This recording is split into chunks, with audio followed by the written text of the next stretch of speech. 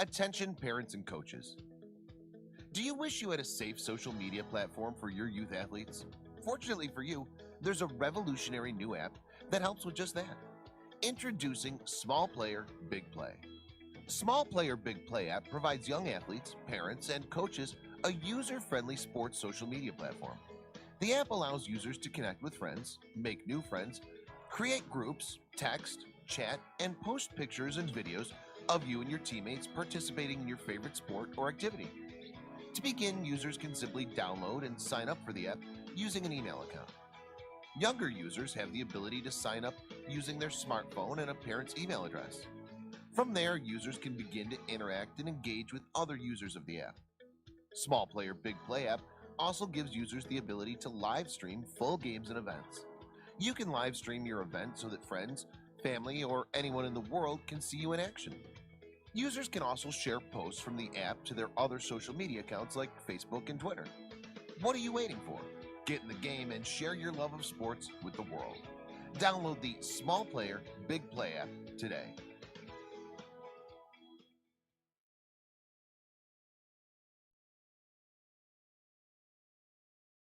You're listening to the Bulldog Hour, getting you inside the Wilson football program with weekly game previews, recaps, highlights, and interviews. Now, here are your hosts, Joe Mays and Justin Raffauf.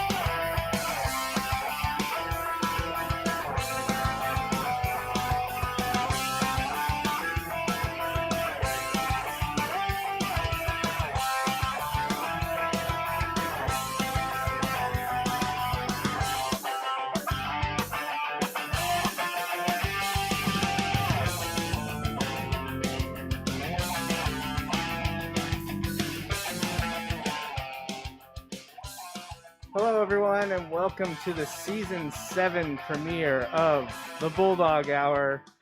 I'm one of your hosts, Joe Mays, and sitting across from me is my co-host, Justin Raffauf. Justin, how you doing this evening? I'm doing great. It's in some ways it's hard to believe we're back here, starting the next season of this. Right.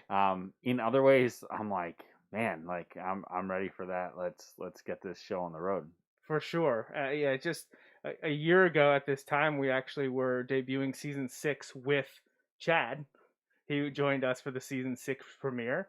And much like last year, we are not alone this evening. So I want to take the moment now to welcome in our guest, very familiar to the folks around Berks County, and it is Mr. Paul Roberts. Paul, thanks for joining us on the Season 7 premiere of the Bulldog Hour. Well, it's good to be back with you guys, but I'm sure your audience is really let down. You go from Chad Henne to me. I mean, geez, that is rough. Sorry, yeah, not to put you on the spot there, or you talk about previous guests or anything, but Justin and I like to talk about the past before we talk about the future. But we're super excited to have you here this evening. Now, you are not a first-time guest with us. We've been having you on our regular show that we talk about, the professional sports world that Justin and I just celebrated 10 years last week. And it's been a lot of fun talking to you about professional sports, but we know your bread and butter is high school sports. So it just kind of was a normal progression for Justin and I to invite you onto this show. And we're really excited to have you here. Yeah, it's good to be here. And it's an interesting time. Because I know you guys focus a lot on football on this show, but obviously the Berks County basketball playoffs just ended. But certainly in West Lawn and Spring Township, football is pretty much 12 months out of the year. That's for sure, and that's the way Justin and I feel. I know a lot of people feel like that, but we are not going to shortchange basketball. Let's talk a little bit about the Berks County playoff scene this year in 2021, especially with the county championship just being decided the other night. And for us on this show, thankfully, the Wilson Bulldogs came out on top. But Paul, what was your take on the high school basketball season to date at this point? What were your main takeaways before we dive into Wilson Reading? Well, certainly those teams in Division I, again, when you look at Wilson and Reading, And Berks Catholic came up into Division One. That was a big storyline. The Saints have been down a little bit, so it was a tough go. But Governor Mifflin was really good last season and started to play better towards the end of this season. But Division One's always going to get a lot of attention, and then Muhlenberg switching over to Division Two. I mean, that was a big change, obviously, and they were able to win that division. Conrad Weiser was in there as well. But the big takeaways, I think, Stevie Mitchell for sure.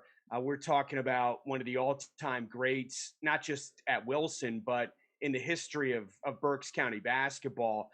He is closing in on 2,000 points. He should get there in their next game. They're going to have a bye in the first round of districts because they're the number 2 seed. So they will play at home on Friday against either Lebanon or Hempfield, which is interesting because those two teams just played for the LL championship. But Stevie Mitchell, huge story. And today the coaches voted for the all-county team.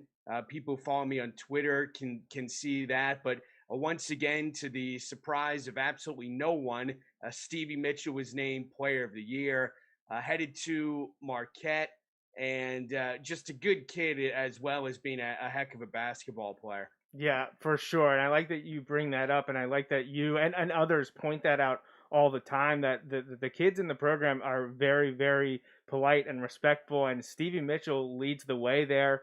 And I got tasted that firsthand today, where he unsolicited messaged me to thank me for the food that the team got today. So it's just things like that when high school athletes, guys that are role models to their community, both probably I'm sure kids around them at school, but especially the youngsters in the community looking up to them all the time. One of the biggest disappointments right now is those kids not being able to go and watch them play. Just the way it is this time of the year with those sports inside that just don't have a lot of access because of the nature of things. But yeah, it's been truly a blessing for the Wilson community to be able to watch the team the last 4 years, and especially with the success of the last 2. Everyone's super pumped, super excited, and things went almost as perfect as Wilson could go, other than that one minor hiccup the other week against Reading. But I think they'll take the victory in the championship game rather than just the regular season the meeting. So there is a chance, though, we'll see, that they could meet in the district final for a second straight year, and that would be something. But there's definitely a couple teams in their way. What do you make of the District 3 playoffs here before we segue into our football talk? What do you think about the District 3 6A basketball? And first, let me just say that the county championship game is going to be tough to top because that was a phenomenal game. Wilson was up 10 at halftime, and then Reading comes roaring back. I mean, you knew they were going to make a run at some point. I mean, as competitive as they are, as intense as they are, and they did that in the third quarter, and then Wilson actually got down and ended up winning it by 2. Reading really, really struggled at the free throw line. That was the big story in that game. They missed 14 free throws, and Stevie Mitchell just was not going to let his team lose. To have 35 in a championship game against a program like Reading High, with more wins than anyone in the state, more county titles than anyone, more District 3 titles than anyone. It wasn't like this was just some regular season game in December against the non-league opponent. I mean, Mitchell on that stage really came through. What was interesting, Wilson didn't make any jump shots. I was talking to the coaches after the game.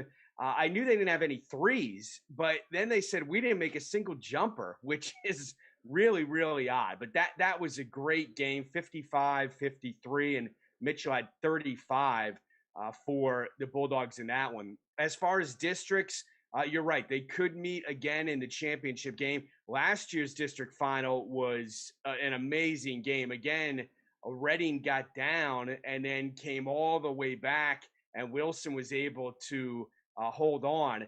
But this year, they are on different sides of the bracket. Reading's the number 1 seed, so they're up top. Wilson's the 2 seed, so they're on the bottom half of the 6A bracket. And obviously, big thing this year, only the champion moves on. It's not one of those deals where you're going to have 5, 6, 7 teams advancing to the PIAA playoffs. You have to win it or your season is over. I think a team to watch is Central Dauphin, who is on the bottom of the bracket. They are the number 3 seed. They played Reading in their first game and lost that one. It was an overtime game. Reading actually missed 23 free throws in that game and still was able to beat CD. But as far as talent, I mean, you could make the case that Central Dauphin is the most talented team in the bracket, and they had a lot of blowouts on their schedule, and they weren't just beating teams. They were really running away. Most of their wins are double digits, and they're playing in the Mid-Penn Commonwealth, which is your bigger schools. Cumberland Valley's a team to watch, and they're the number 5 seed, so potentially they could play Muhlenberg in Laureldale in the quarterfinals. And Muhlenberg is going to be without a couple of key players, especially Edwin Suarez, their center, who was named All-County today because of the transfer rule. He is not allowed to participate in the playoffs. Muhlenberg did appeal that and did not win that appeal. So the Mules are going to be shorthanded. I wouldn't be surprised if Cumberland Valley ends up playing Reading in the semifinals. Although if Muhlenberg gets hot, and certainly Wilson fans know what type of team they are. I mean, they gave Wilson a heck of a battle. Aaron Archie and TJ White and company there. But keep an eye on Cumberland Valley. And then on the bottom half, Wilson Central Dauphin. If that happens, that would be a tremendous semifinal and would be a very difficult game for Wilson. Yeah, and Wilson was scheduled to play Central Dauphin, I believe, earlier this year, and I think it was a casualty of just all the snow and makeup games and things like that. But yeah, it's interesting to look at, just kind of take a step back again to the Berks County. Berks County has 3 of the top 4 seeds in 6A, which is crazy to think about. And all 3 of those teams were still playing last year when things got shut down, and have not lost a whole lot since then.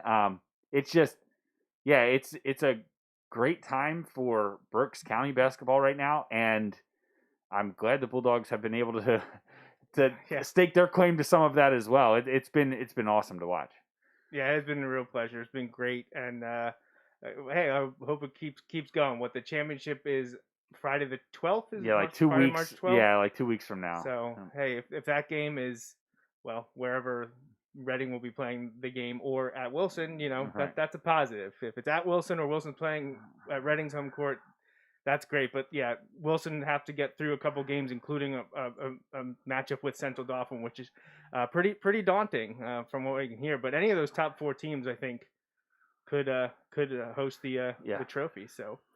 And it would be Berks Catholic again if Reading High gets all the way to the final. Okay. Berks Catholic will be their home court in districts, just like it was in counties, because Reading School Board decided no fans could attend at the Geigel. So it will be Berks Catholic if it is Reading and Wilson in the final. It's also really interesting, just real quick, we mentioned it, but yeah, Lebanon and Hempfield played a close game yesterday.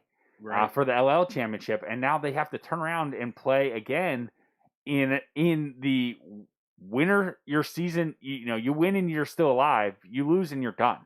Man, talk about that. That's a tough turnaround. I know we've looked at this from the Wilson Reading standpoint, how they played 4 times last year and they played 3 so far this year. But to have to turn around and play the team you just beat or just lost to again.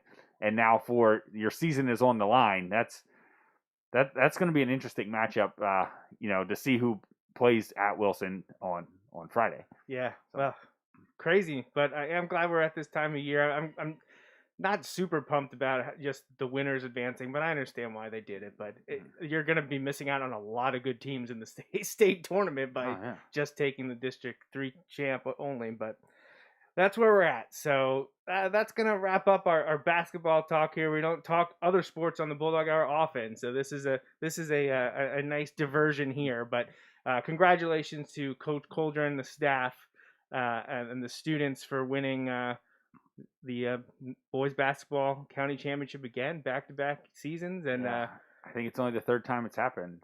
For third time for Wilson. For Wilson, yeah. for Wilson, so rare air. Yeah. You're getting to experience some rare feats. So hope everyone appreciates everything that's gone into it from everyone. So before we move on to the football talk, we want to do our little housekeeping stuff here. I want to thank our sponsors here at the Bulldog Hour, May's Sandwich Shop, and Small Player Big Play.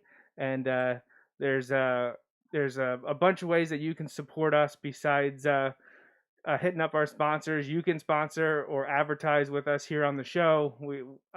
We're always looking for people to spread the word, like and share the stuff that we post on social media. Hit up the website, anything you can do to help us continue to do this and cover the Wilson athletes and the football team is very much appreciated. And you can talk to Justin and I about that if you're interested. Our next show will be in just a couple months. We'll do our spring update and bring you everything that has happened since this show surrounding the Wilson football team.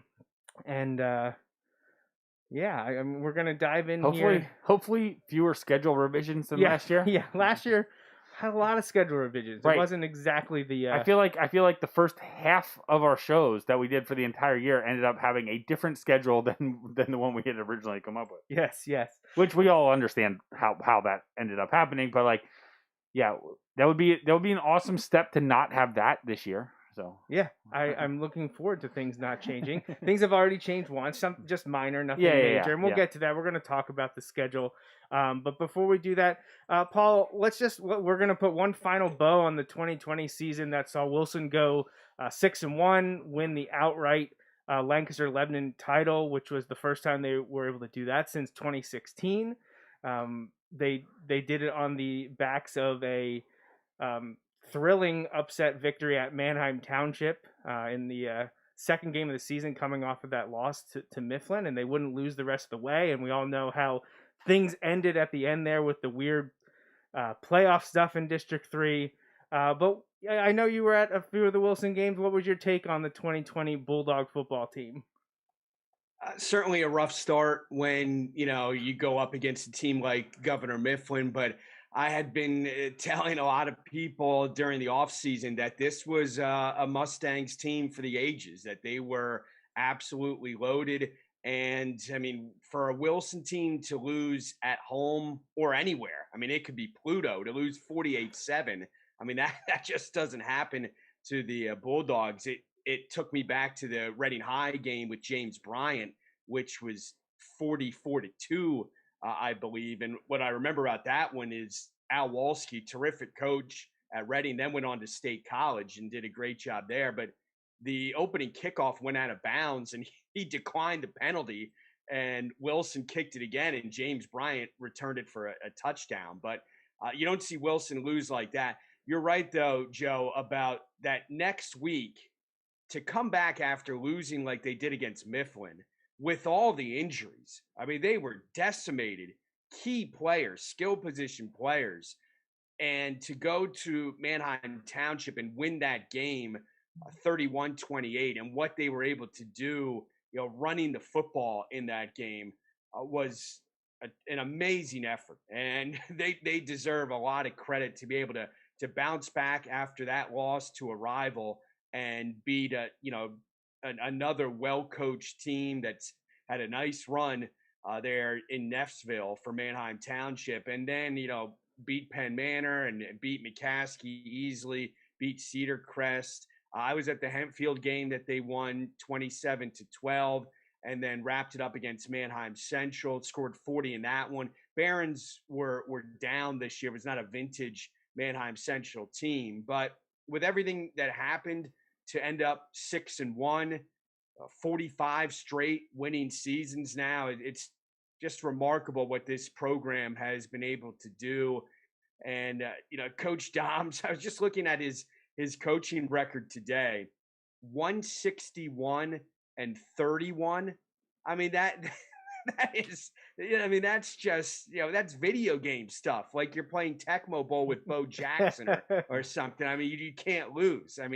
It's incredible. And I think that's a key to why this program has sustained itself since John Gursky took over, is the continuity that you have there in the coaching staff, and Ernie Walbers, the defensive coordinator, Jeremy Palm, who's the offensive coordinator. They've been there a long, long time. Obviously, Doug Doms was an assistant under John Gursky, and then the defensive coordinator, and now the head coach. But they're always going to be a disciplined, well-coached football team. And again, with all the adversity that happened, things that got limited in the offseason, trying to prepare to go 6-1, certainly not the end of the world. No, for sure. And everyone, obviously everyone was bummed with the way things ended, but everyone also understood that the circumstances just, were out of anyone's control and were unlike anything we've ever seen. So to go 6-1, especially after, like you mentioned at the beginning with the opening loss to Mifflin, things could have really gone off the rails quickly. And Justin and I did this when we did our end of the season recap, back in November. It's a testament to the coaching staff and the players for buying in and willing to do what they needed to do, facing all kinds of adversity. Did it end exactly how they wanted? No, of course not. But it went really, really well. They accomplished so much, and winning that outright league title, that's one of the biggest things that they wanted, and they got it. And they put on a show. There are a lot of great athletes who were on the field on Friday nights again. Some of them will be moving on, but Wilson does have a lot coming back here in 2021. And I have some of the key guys that played last year, some starters and contributors. We got to see Gannon Brubaker come in at relief at quarterback, as we mentioned during the Manheim Township game. He's back, as well as the running backfield of Jaden Jones and Gavin Leonard, but we saw both of them rumble a lot last year. Paul, you mentioned the running game at Manheim Township, and we got to see Jaden put Wilson up early in that one, and he had a phenomenal season. His brother also, we're going to probably get to see him on offense a little bit more this year, the athlete that is Cam Jones, a performer on the Wilson basketball team right now. Josh Drake, TJ Flight, Sean Dendel, some receivers coming back, tight end John Ramsey. And the biggest thing that I think Wilson needs to figure out during this offseason is the linemen. What's going to happen with the linemen? Not a lot of returners on either side of the ball in that capacity. You generally want to have 3 or 4, and they have maybe 2 on offense, and Kyle Hassler and Jack Dendel, both seeing a significant amount of time last year. Defensively on the line, though, I think it's just, for the most part, at least when you're talking about starters or significant contributors, Eli Rodriguez, I believe, is the only one really back, at least in the same position as before. Thankfully for them, a lot of defensive backs and linebackers that saw a lot of time are in the mix. So it'll be nice to see where these guys finalize their positions this year, if they shift anyone around. But certainly a lot of talent coming back. And I know the underclassmen, both the 2B sophomores and the rising juniors, pretty talented group that has been coming up. So I expect Wilson to be able to reload once again. Does anyone jump off the page here to you, Paul, that you want to talk about?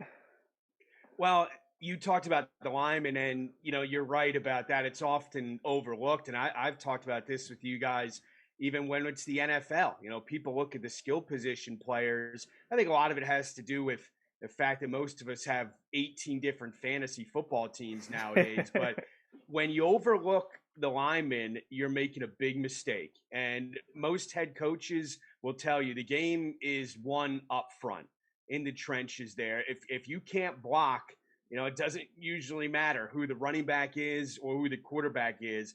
I have yet, and I've covered high school sports in Berks County for over 20 years, I've never seen a quarterback throw well from his rump. Okay, if you're getting knocked down, if you're on your backside a lot, you're not going to have a very good day. And I remember the Wilson game at Manheim Central just a couple years ago, and all the pressure that they brought blitzing a Division I quarterback there, and it was a nightmare for him just because he didn't have any time. So a good point by you, Joe, mentioning those linemen. And yeah, I was looking at the returning starters today, and yeah, the defensive ends, you lose Capitano, who was a tremendous speed rusher. They had used him in what they call their NASCAR package when they wanted some speed off the edge and in obvious pass situations. You also lose Big Jeff Collison, who was, kind of a house in there at defensive tackle, good against the run. So, yeah, they're going to need to replace some key people on both sides of the line. Now, they do have 26 juniors who will be seniors and 25 sophomores who will be juniors. So, right there, just those two classes, you're going to have over 50 players. The other thing we have to address is the quarterback position. I mean, that's kind of the elephant in the room. And if it was an old school Wilson team with John Gursky or Jerry Slemmer, you'd give the ball to Jaden Jones 30 times and it would be a good Friday night. But that's not how Wilson runs their offense anymore. They've been very balanced. I mean, they're going to throw the ball 20 plus times a game. They've been one of the more balanced offenses in high school football with when you look at the run pass ratio. I mean, this isn't a wing T or an option, veer midline type of deal when your quarterback may throw the ball 5-6 times. I mean, that's not the way that Wilson's been doing things. So is it going to be Gannon Brubaker? Is it going to be Nick Cracona, who got a little bit of time?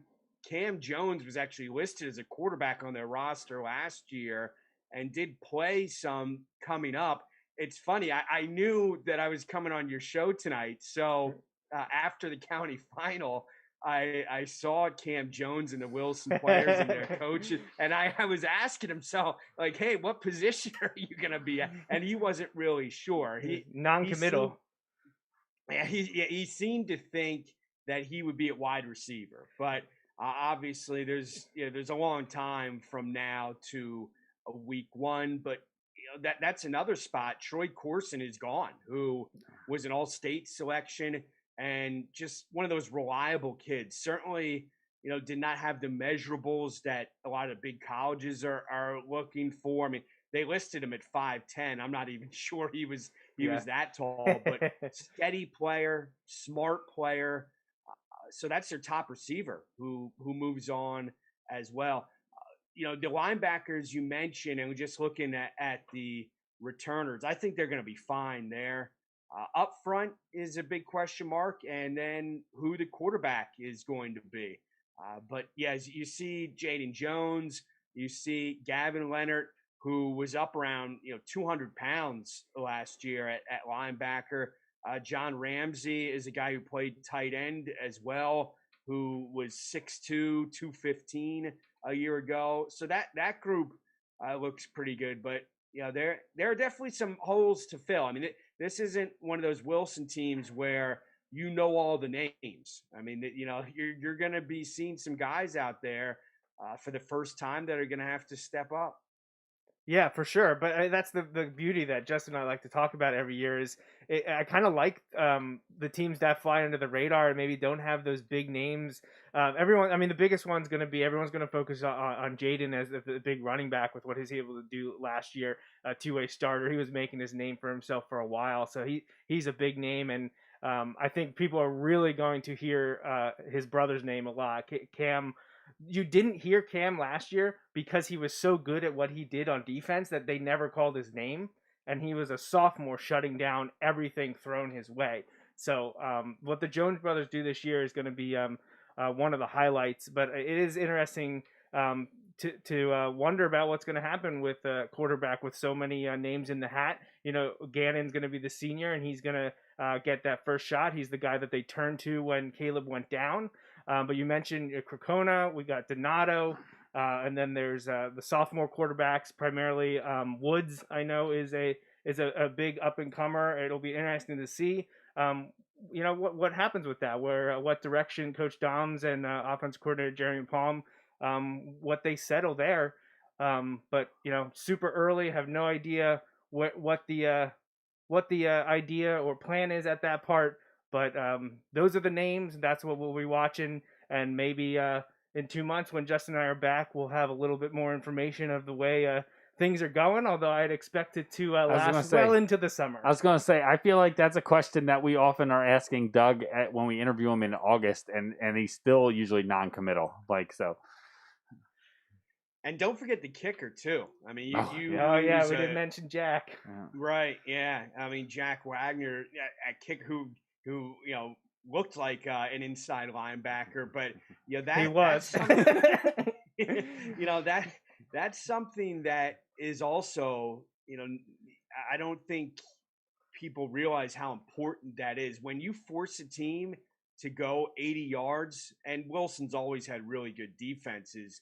Now with Ernie's been the defensive coordinator over 20 years, and then Doug Doms before him, to take that return game out of the equation, because we know in high school most teams are going to put their best skill guys back there. Oh, yeah. So now you're kicking to them with an open field. Right. I mean, that's a dangerous situation. If you can eliminate that, plus, they're a team. I'll never forget the state final that Wyomissing won, and look at the kicking game there, comparing Wyomissing to Aliquippa, who couldn't even attempt a field goal. And, you get in close games to have a kicker who can make a 30, 35, 40, sometimes 45 yarder. It's very important. And Wagner was really good. Oh yeah, really, really good. He was so incredibly reliable, and field position is the name of the game, and he certainly did well for Wilson over the last few years. But Jordan Shutter's been with the team 2 years now, ready to step in. So it'll be interesting to see how he's able to perform here as a junior in 2021. And hey, we'll see where the guys got to step up. So underclassmen, seniors, first year starters, doesn't matter. We'll see what happens. And a few of these guys have been leading the way, and I was known about a new award that Wilson introduced this year that has been put out there by the coaching staff as voted on by teammates. And it is called the Lead Dog Award. It's new in 2021. The team has given out 4 awards so far, and it's for premier commitment to the teammates, and work ethic, work in the classroom, being a good teammate, community service, everything thrown at it. Every few weeks, the team gets together and singles out someone who's been the guy, the lead dog. And like I said, 4 so far this year. First one was to be senior, the rising senior running back linebacker Jaden Jones. Up next was to be senior tight end linebacker John Ramsey. Then was the to be junior running back linebacker Kyle Troutman. And most recently was to be junior, we'll call him offensive weapon or the athlete designation, but a stellar defensive back, Cam Jones. So 4 of them have been singled out by their teammates for being the lead dog so far as we race towards the 2021 season. So we wanted to make sure we recognize them here on the show, and also want to thank the presenting sponsors of this award this year, which is Phil and Joe from Remax of Reading and Time to Rise Fitness. So we appreciate their support of the Wilson football program and presenting the 2021 Lead Dog Award. Again, this is kind of just at the disposal of the coaching staff and the students. So when they think someone has stepped up, they present this award. So 4 already on the board in 2021. It's nice to see, you kind of expect the guys that are entering their senior season to be among them, but it's nice to see 2 juniors or 2B juniors get recognized with that group as well. So congratulations to Jaden, John, Kyle, and Cam on their work this offseason heading towards the 2021 season. And speaking of which, we talked about some of the players. Well, let's take a look at the schedule that the 2021 team is going to tackle. It starts Monday, August 9th, when Heat Week opens, as long as there's no changes. Heat Week will start August 9th with your 3-day camp on August 16th, a week later. And that Saturday is the schedule change that I mentioned. Wilson will now host Coatesville for their scrimmage. Last year things were a mess for a variety of reasons. Even before COVID, there was Parkland was off.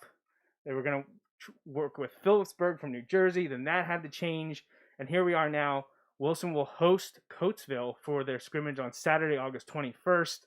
And then the countdown to kickoff really begins with hosting the Central Dauphin Rams to kick off the 2021 season on Friday, August 27th. So, Paul, hopefully you can see it on your screen there. That is Wilson's 2021 schedule. What are your takeaways from what the Bulldogs will face this year?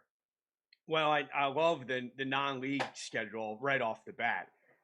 The coaches may not, because they may get some more gray hairs, but for fans, I mean, if you're looking at that and seeing CD, Mifflin, Exeter, to get Central Dauphin, which is District 3 power, to get Governor Mifflin, which is your big rival, with Nick Singleton back for his senior year, who I mentioned on my Twitter feed. I don't often get distracted during a county championship basketball game, but I got a DM from Nick Singleton Friday during the boys' final that Alabama had just offered. And that's one that, makes you take a step back for a second. So he's one of the best running backs in his class. He's been leading the county in rushing. Penn State, Ohio State, Notre Dame. If I was handicapping a field, I would probably put those three at the top. Now that's before Alabama, came knocking at his door there over in Shillington. But to see Governor Mifflin there right after CD, and then Exeter has some really good players. J.R. Strauss is going to be a Division I player. He already has multiple offers. Joey Schlaffer played hoops for Exeter this past season, but he's about 6'6", plays some wide receiver for them. Yoakum is back. It seems like they've had a Yoakum at Exeter for about the past 20 years. Yeah, every year. They're tough, hard-nosed football players. He's a real good linebacker, a tackling machine. They've had a good run of quarterbacks there. And, I just think when you can get two Berks teams going head-to-head, there's just going to be more fan interest as opposed to, maybe playing a team from, outside of the area, maybe York County or something like that. Mannheim Central, you see on there again, and then obviously you start getting into league play. Mannheim Township will be coming to West Lawn this season, but I mean that is a phenomenal schedule. I mean and you have Martin Luther King in there from Philadelphia, so yeah, I mean that is a tremendous schedule. And once again, Wilson is going to have its work cut out, but I've always felt like you don't improve when you beat teams by 4 or 5 touchdowns. Mercy rule games, 48-0, that doesn't do anybody any good. And if you do want to get ready for the postseason, you have to play tough games in the regular season. I was actually talking with Matt Coldren about that this year, that some of those games they lost, like Central Dauphin, for example, he thought it hurt them a little bit going into the county playoffs. That Muhlenberg game in the semi, certainly the Reading game, because they really hadn't been in a whole lot of nail biters in the fourth quarter. So I tip my cap to schools and athletic directors that are willing to go out and play people. And certainly Wilson hasn't ever looked to dodge people there. But yeah, that's a very impressive schedule. Yeah, I really like the schedule. I think it shapes up well. I think you've got a really good mix of top-tier teams, of very talented teams, local teams, and then your league teams thrown in there. And I think the way the home and away splits work, I think it's great for Wilson. You're hosting Central Dauphin. Sure, you got to go 2 in a row, but it's at Mifflin and Exeter, local schools. You're hosting Martin Luther King instead of going there. You get Mannheim Central at home. You got to go to Millersville, but Justin and I like eating at the Sugar Bowl, so we're okay with that. Paul, 2 years ago, we ate there before and after the game. No way. Yeah, absolutely. Really? For sure, yeah. That's great. College little food place on the college campus, gotta love that. So, and you get Township at home. You got to go to Creston Hempfield back to back, and I don't know what to make about Crest this year, but I think Hempfield's going to be pretty strong. And we'll get pizza after Hempfield. That's right. So. We got all of our food spots mapped out. So, Paul, if you're ever at one of these away games, you got to hit us up afterwards. We'll go grab a slice or something. So, but yeah, no, the 21-21 schedule is great. It's shaping up to be another phenomenal year in West Lawn and hopefully beyond. And unless the District 3 or PIAA throws a wrench into the playoffs, I think it's pretty straightforward. So very much looking forward to what is to come in 2021. Real quickly before we touch on some of your Wilson games, Paul, is there anything that you want to say about the pending Berks LL merger? Is it something you're for, or you're interested in that? Do you like that it's happening? Again, that's not happening until 2022, but while we got you here, what's your take on it? Oh, I think it's absolutely a positive for the Berks Football League. I mean, let's face it, you had 2 sections there, and one of the sections only had 6 teams.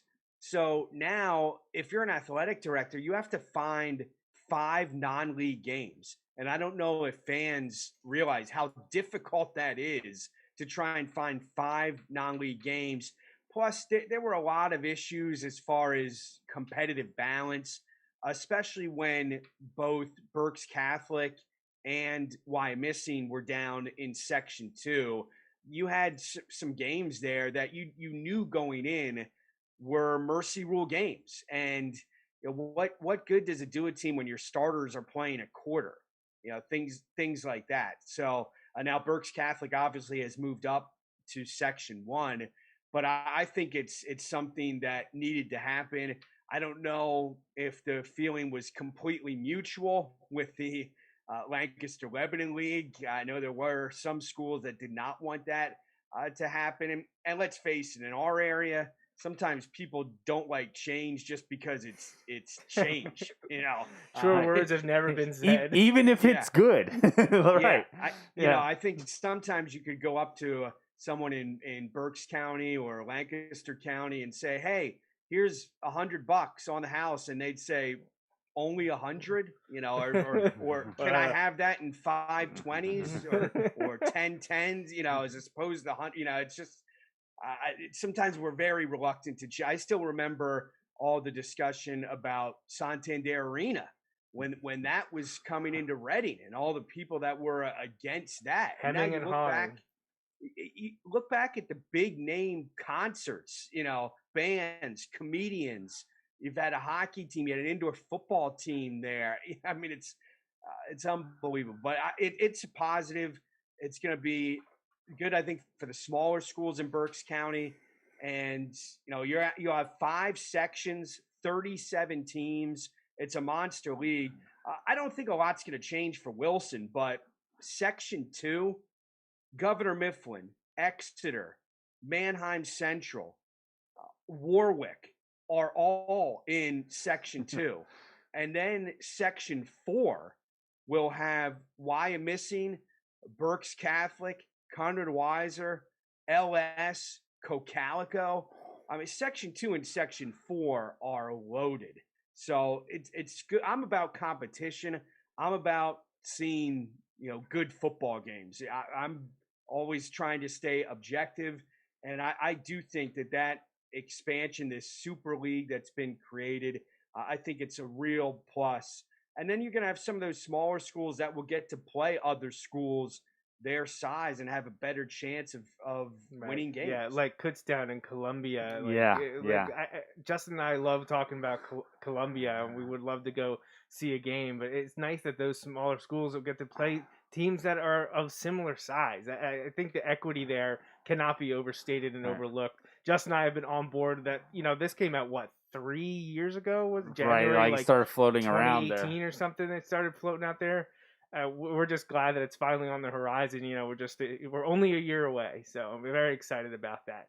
And let me add, and I reported on this at the time, that final vote got very interesting, and I know there was some work done behind the scenes to make sure that some of the LL athletic directors were on board with this, because I think some assumed that it was going to pass no problem. And I will tell you, the days leading up to that, there were some very nervous people in Berks County that were not sure if that thing was going to get done. Talking about other athletic directors and people associated with the BCIAA. But the good news is it did get approved. It's interesting you talk about that too, because Joey and I bring this up all the time whenever there's an LL issue, like a couple of years ago when they added in the crossover game and stuff like that. Wilson gets informed about these things. They don't get a vote, and we talk about that all the time, how like we are really just kind of like we're there for the football games. Like that's pretty much what Wilson is there for.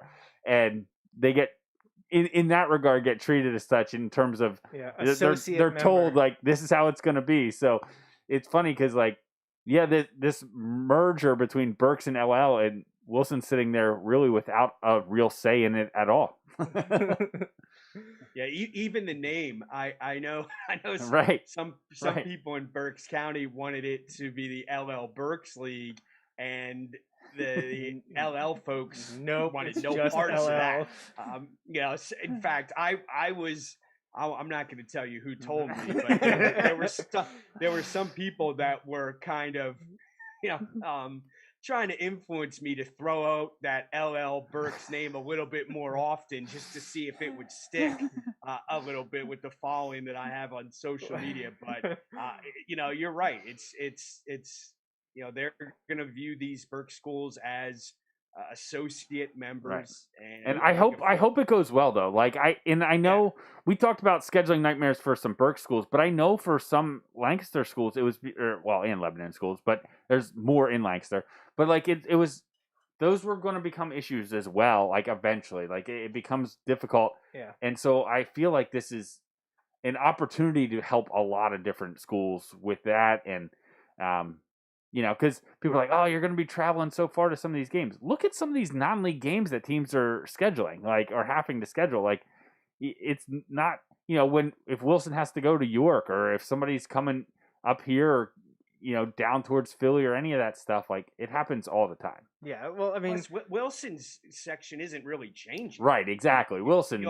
You have Reading back in there, but that they used to be part of the LL League. In fact, those were some great years when Reading was very good. So, but the other teams aren't changing. Right. So let's throw it back to like when Reading was in the LL League. Let's talk to Paul about some of his memorable games. You mentioned you've been covering Berks County sports for over 20 years. You have had intimate relationship with the football team from a broadcasting standpoint. You've covered a lot of Wilson football games, and one of my favorite things that I did a little over a year ago was I did a decade recap, looking back at all the football games from the 2010s, which thankfully I had been at most of them, so I got to see a lot of really good games, exciting games, a couple of heartbreakers, but you have even more exposure to the team, and I wanted to just kind of talk to you about some of your favorite or your most memorable. You threw three at me that we'll get to a little bit more in depth, but if there are just a couple you want to rattle off before we dive into those three, just anything that sticks out, a specific game, an ending, or a performance, from the last 20 plus years.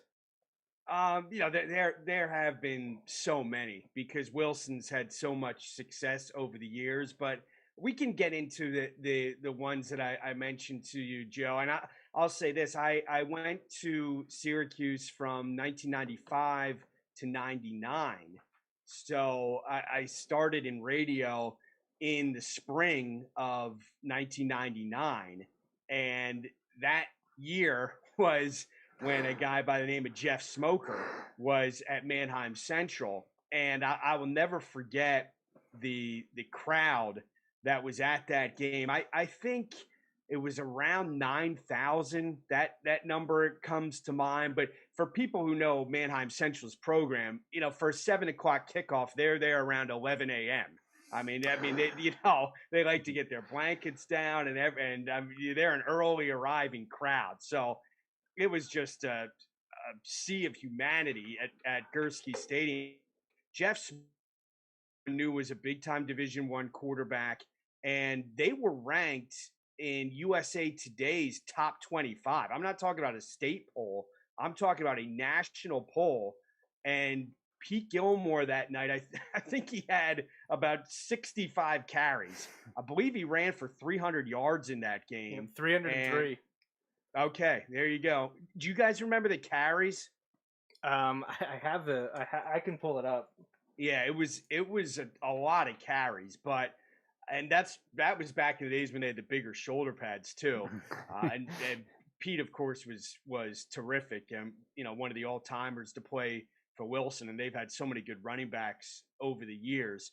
But Wilson actually was in control, and then I think Manheim Central recovered an onside kick late in that game and scored. I remember it got very interesting late in the fourth quarter, but Wilson was able to upset them. But that game really stood out to me. And I've always said the two best high school quarterbacks I've ever seen were Jeff Smoker and Chad Henne. I mean, not only did they have the physical tools, but total command of the offenses they ran. I mean, they basically could call the plays themselves. Rocket arms. I mean, they looked like major Division I quarterbacks. So he had 43 carries for 303 yards. 43 carries in a high school football game is an insane number, though. That's nuts.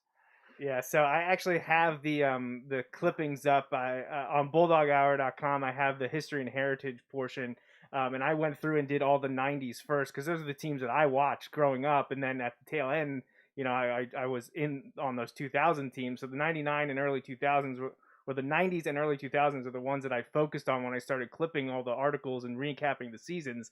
And 99 is one I vividly remember.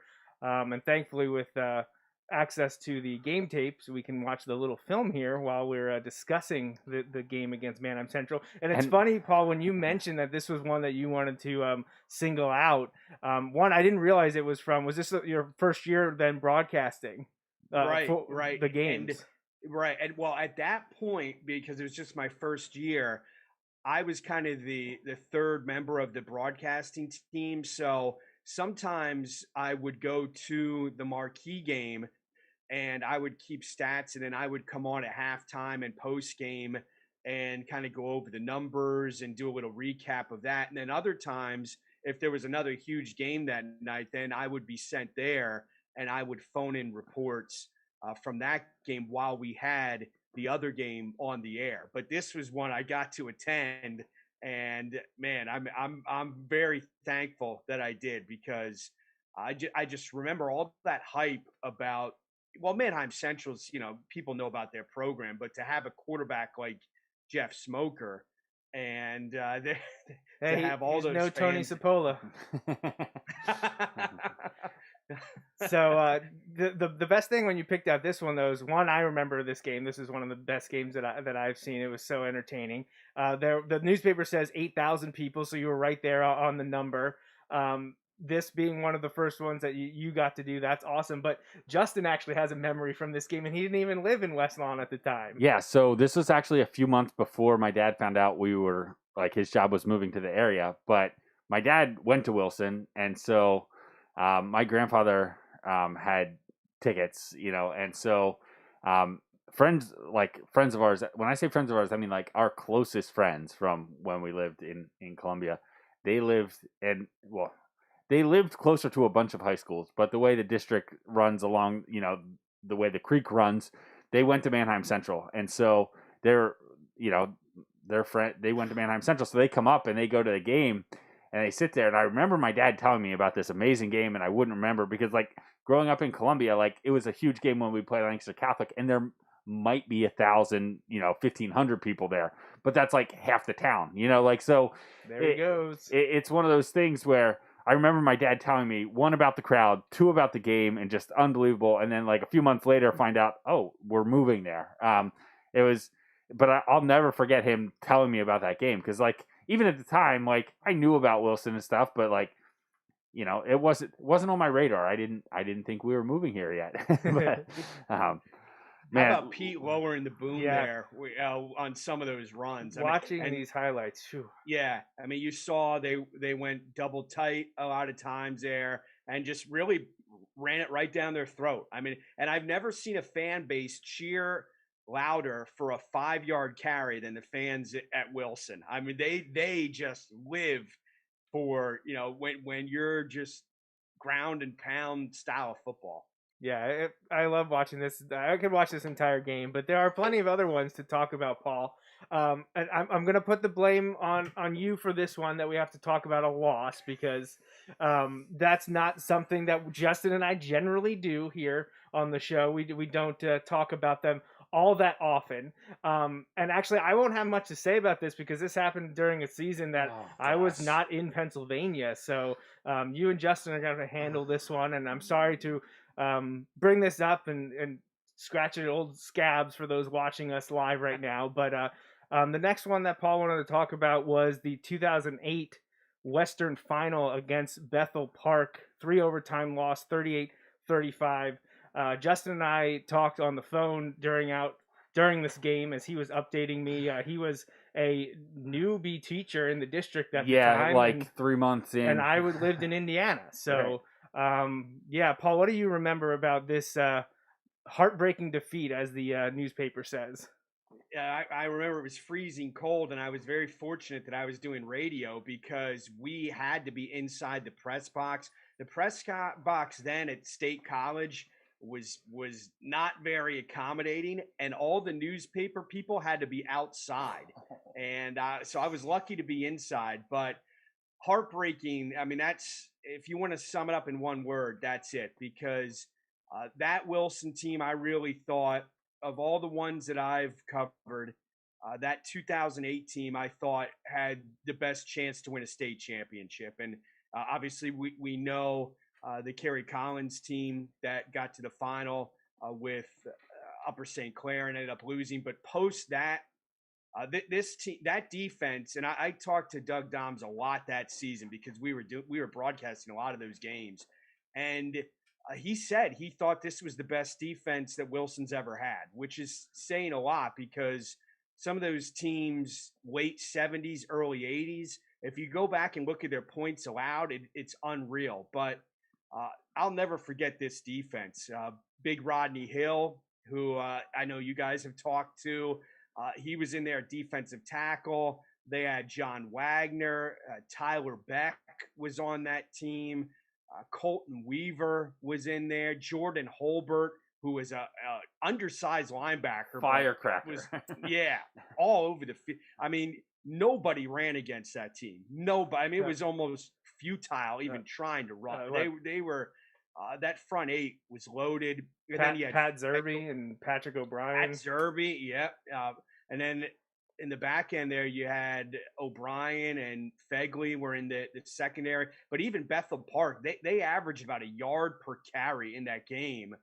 They couldn't run it. But a couple of things that stood out, the penalties in that game. Oh, boy. I mean, there were double-digit penalties against Wilson, over 115 penalty yards in that game. And then Wilson also turned it over 3 times in that game. And I don't think Bethel Park had any turnovers that day. So when you're -3 in turnover margin, usually it's not even close. And this one went to 3 overtimes. I thought Wilson was the better team, but Bethel Park was scrappy. I mean, they were a blue collar, they were a feisty team, and they really had a lot of success through the air. They threw the ball a lot that game. But I thought that year Wilson, the district final that year against Cumberland Valley, I think it was 35-7. I mean, it was a massacre against Cumberland Valley, who's one of the best programs in the state. That was actually that was Thanksgiving weekend, I believe. I was home. I actually got to see that game. Justin had been telling me all year how good this team was. Right, and I felt like, oh no, like, am I just building this up? Because like Joey mentioned when we were discussing the last game, like I knew of those teams again because of the early 90s teams and stuff, because my dad had grown up here and I had cousins that went here, so like I knew about them, but that was not, I didn't live here at that time, so I didn't know it, and it was before my time. I didn't know the late 70s, early 80s teams, and honestly at that point I didn't even really know the history of it at that point. And I kept telling Joey, I'm like, this is the best high school team I've ever seen, like personally. And like I still tell Joey to this day, of the teams that I saw at Wilson, and I can't speak to those other teams, but like they're the best Wilson team I've ever seen, and it was like you mentioned it, just the number of guys that were studs on that team. That would have been the best player on a lot of teams they played that year. It's just unbelievable, and it was a heartbreaking way for it to go out because, like you mentioned, there were just so many things, and it's one of those where if you lose and you played your best, like that's frustrating, but you can take you know Right. But like Exactly right. you left that game thinking, and obviously I'm biased, but I left that game knowing that Wilson was the better team, but just couldn't get it done that day for a whole confluence of reasons, and that was a heartbreaker. And then to see the next week the way the game unfolds, and I know that's not how it works in sports, but to watch how it unfolds in the state championship, and you're like, that should have been Wilson. Like Wilson should have won that game. But yeah, Bethlehem Liberty, I believe, beat Bethel Park in the state championship. So, well, Paul, thanks for that one. That was, well, I'll end on a positive. That was like the '85 Bears of high school football. Yeah. I mean, that defense was. I mean, as good as Wilson's program is, I don't know that we'll ever see a defense like that team. I mean, they totally dominated. You had Huber at quarterback and Groff at running back, but that defense put the offense in so many good positions, field position wise, just because nobody could move the ball on them. Yeah, I know for certain. I mean, I got to see what they did to Cumberland Valley, which was just mind blowing. It was fun. I'm glad I got to see play one of their games and one of the the highlights of the season, the district championship game. That was amazing. When Justin and I restarted the Bulldog Hour back in 2015. Of course, we got to talk to Coach Ernie Wolber, and one of the questions we wanted to talk about historical perspective, and we asked him about what's the best Wilson team, who is and obviously he wants to talk about defense, and he talked about those teams in the late 70s that he was a part of, how incredible they are. Statistically speaking, it would be hard to ever match, but he always mentions that 2008 team because of how cerebral they were. Yeah, they were studs, they were athletic, but they were so smart. They could call out a defense that they put in back in week 2 or 3, right, during the playoffs, and the guys could do it without having practiced it for 8 weeks. Yeah, he told us how they kept installing new stuff just to keep them on their toes because they just gobbled up everything that they threw at them. They were ready for it. It was unreal. He said you don't see that, and you certainly don't see it at high school football very often, and it's just a testament to that team. So let's end on a high note here, Paul. You brought up one more game here. It's a recent one, which I love. It also has a very cool story between Justin and I. It is Wilson's most recent district championship in 2016. And I bring it up just because fun little story. Obviously, this made my top 10 greatest games of the decade because of the second half comeback, which Justin called at halftime of the game. He comes down and we're talking. We're not feeling too great. It's 14-0 at halftime, right? It was 14-0. Like I think so. Yeah, that's right. 14-0 at halftime, and we're just kind of like, oh man, this isn't going our way. But he just looks at me, just like, all right, just figure out who you want to interview when the game's over. And obviously, we only talk to the coaches and players if they win. And Justin's like, no, just figure out who you want to talk to. The look Joey gave me when I said that was like, are you like?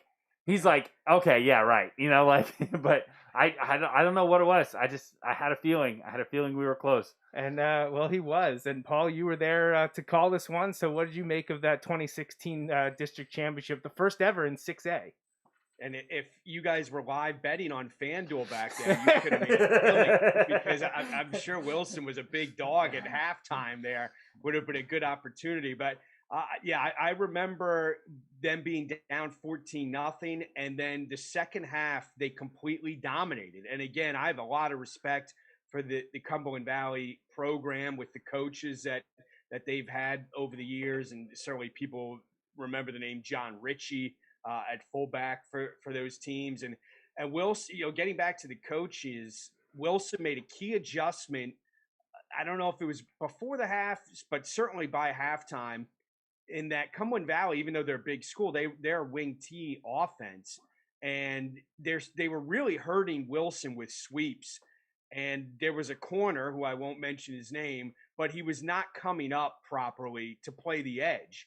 And that was something that they had to adjust to fix that. And then once they did that, second half, your 50 total yards in the second half. And Iggy Reynosa, who was, just looked like a bodybuilder. I mean, just, chiseled, looked like a statue. He was running over people. It looked like, Pete Gilmore in some of those clips that we saw against Mannheim Central in 99. Iggy finished with over 200 rushing yards, and I think something like 150 came in the second half, had a couple touchdowns. Connor Urig played a gutsy game at quarterback. He had a rushing touchdown, and then he had a pass to Fode Jallo right by the pylon. That was a great throw and catch for another score. But again, it was kind of a throwback Wilson game where they couldn't handle Reynoso. I mean, he would not be denied, and he was so strong and, became Berks County's all-time leading rusher. But to come back 14 zip and win it 28-14, just a tremendous game for Wilson. Yeah, it was a lot of fun.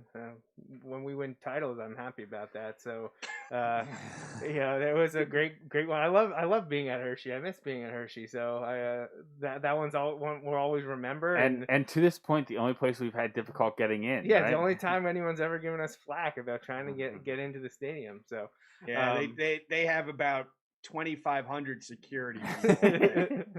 Yeah. Oh man, that's a fun story. But yeah. So Wilson winning the 2016 district title, one of Paul's call-outs here from his journalism career. So anything else off the top of your head, Paul, that you want to mention from your coverage? Since we talked about the realignment and mentioned Reading being back in, I still say the glory years of the Lancaster Lebanon League were when you had Wilson, obviously, but, Reading had the Bryant brothers. Sam went to Pitt, and obviously James, who initially went to Miami. You had Khalees Cook, Jason Paulson on those teams. Al Walski as the head coach. You had Wilson with Chad Henne. We know about him. McCaskey had Perry Patterson, who went up to Syracuse to play. They also had a running back, Lee, who went to, I think, Delaware, and then they had a receiver, Danny Melendez, went to Maryland. So, and Cedar Crest had Brandon Kirsch and Jaron Hayes. Hayes went to Michigan State, and Kirsch, who was the quarterback, went to Purdue. Those games, those league games in the LL, they were just wars. Those were like playoff games, but it was every Friday night because it was league play. So, those years, and I don't want to bring up a loss, but the district final was Central Dauphin when you had Jim. I'm going to have to just turn you off right now, Paul. And George Chomp. And how Wilson almost came back in that game. But see, I'm a fan of close games, and that's people would always ask me, like, who are you rooting for? And I always say close game, because people aren't listening if it's 48-0. I know from your perspective, you hope Wilson wins. If Wilson's up 48-0, I'm definitely listening. So. Yeah. And it can be 63-2, and Joe's upset because they gave up a safety. I can't. He would be furious over that. But see, the players and coach, the players are going to be upset too because they're not getting the pizza. So you don't get the shutout, you're not getting the food. So anytime that there's a garbage, safety or a field goal or a late score, it's disappointing. And Joe loves talking about that CD game. I swear. See, Paul, you're bringing up. Justin and I talk about that's what we consider, the heyday because we were both in school and I was playing during those teams. I know very, very much about all of those things that you just mentioned. Here's one last one on a bright spot, and I don't remember all the details of this. I believe it was Josh Smith in the second half had a bunch. I think it was a playoff game against another LL McCaskey. team. Is this the McCaskey one? Yes. And didn't Josh Smith have like 2 or 3 touchdown catches in that game? Yeah, Wilson was down by like 28 or something like that. Yeah. Yes. And I remember him having this huge game. And then I've had I've had a lot of memorable interviews with Jim Cantafio. I mean, if you, You don't say. I mean, talk about a great quote. That I didn't have to do any work there. Just spit something out and you'd get a great answer. But I remember him raving about every school in the country should be recruiting Josh Smith, and I still often wonder what would have happened if Josh, would have focused on football. He went to Pitt to play baseball. He was a great baseball player for Wilson and the West Lawn Owls, and then eventually went to Kutztown and had a terrific. He was like the Chris Carter of Kutztown. All he did was catch touchdowns. I think he had 10 or 11 touchdown catches. Wow. And PSAC is good football, but that game against McCaskey where they came back, I mean that was a thrilling game. Yeah, that's in the time period where I was either at Penn State or in Indiana. Yeah, that was that. So all of my familiarity with that is from the research I've done since I moved back to the area. But that I once you started talking about it, that popped. Would that have been 07 then? Yeah, because that was before I was teaching at Wilson, but I was back in the area. Okay, I think. yeah. So yeah, I think the fall of 07. I think pretty sure it was against McCaskey. Wilson was down big and came back, and Josh Smith had a monster second half receiving. So yeah. Well, Paul, this has been great. A lot of fun. I'm glad we were able to get you on the school sports show, the Scholastic show, instead of the pro sports, because I know the three of us, bread and butter is, for us, Wilson sports, for you, all of Berks County. And we definitely appreciate you not only taking the time here this evening to talk with us, but for everything that you do coverage-wise, because it's great to see all the little the tips and the news, and especially the breaking news, everything that you put out there that I'm quickly to usually retweet to make sure everyone sees. We really appreciate your coverage and dedication to the student athletes in Berks County. And hopefully someday soon I'll actually get paid again to do it. But no, I mean, the relationships I have with a lot of these coaches, particularly football and basketball, and also baseball as well, it's great. So I enjoy being around the game, and I'm glad that I've still been able to cover these teams, and to see somebody like Stevie Mitchell. You mentioned those back-to-back championships. The other times they did it were Chris Finch, who we have to give a shout out to him now, an NBA head coach, and then of course Shane Stafford, who's one of the best athletes that Wilson's ever had. When you look at basketball and certainly football as well, could have played either sport in college, ended up going to UConn, and now you have Stevie Mitchell. So I mean, those are three of the best. But it's great seeing that old footage there, those games, and Wilson fans. I know I've said it to you guys before, but they're very fortunate to have you guys doing shows like this and everything you do on social media to promote the kids. It doesn't happen at a whole lot of the schools the way you guys are able to do it. And thanks for having me on again. Well, thank you very much. Yeah, thanks, Paul. The kind words. Appreciate you joining us. And we'll get you on again sometime soon to talk something. I don't know. We always enjoy talking to you and letting other people hear what you have to say. So we really appreciate it. And let me say this real quick. You might want to have me on in the spring for baseball, because this Wilson baseball team, we talked about that 2008 football team. These guys are loaded like me on my 21st birthday. I mean, you may see some crooked numbers this year. It's a shame they didn't get to play last year, but now you have Livingston in the mix, who is at Mifflin, and a lot of people haven't seen him play. He's built like a football player. You still have Luke Holman there. I got to see them play a little bit during the games that were out at First Energy Stadium, which was great that Scott Hunziger and Matt Hoffmaster and their staff allowed the kids to play there. This Wilson baseball team is loaded. I think it could be one of the best in Berks County high school baseball history. That's how good. Looking at their potential lineup, the depth they have in starting.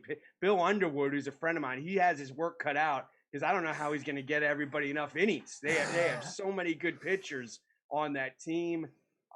It's going to be a fun spring for that baseball team. No, that's awesome. I just went through today through the Wilson spring sports schedule to see where I could get to some of these games to report on and take pictures.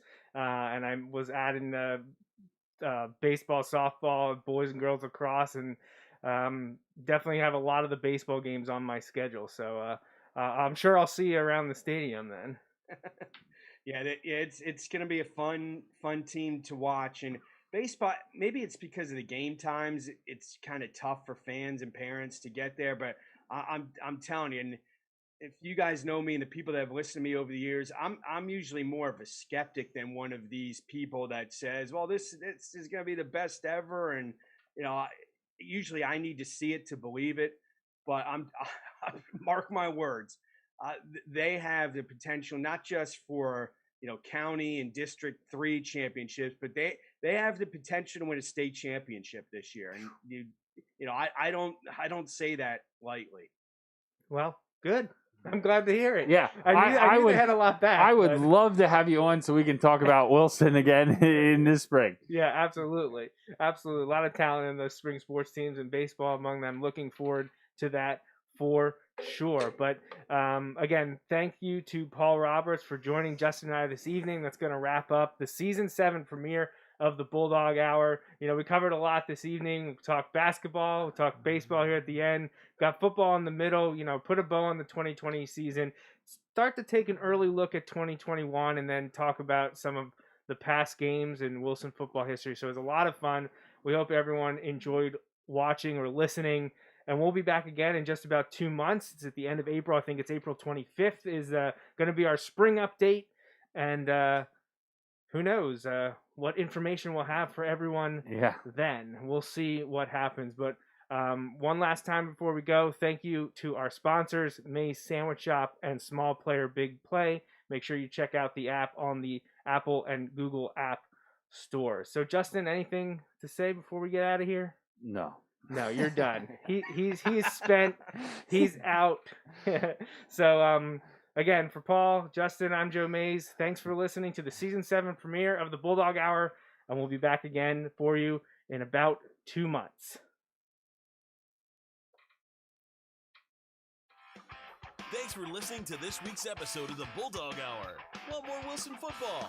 Follow the show on Facebook, Twitter, and Instagram. Subscribe to the podcast on iTunes and SoundCloud. Or visit www.bulldoghour.com. The Bulldog Hour is a featured program on jmnjrradio.com.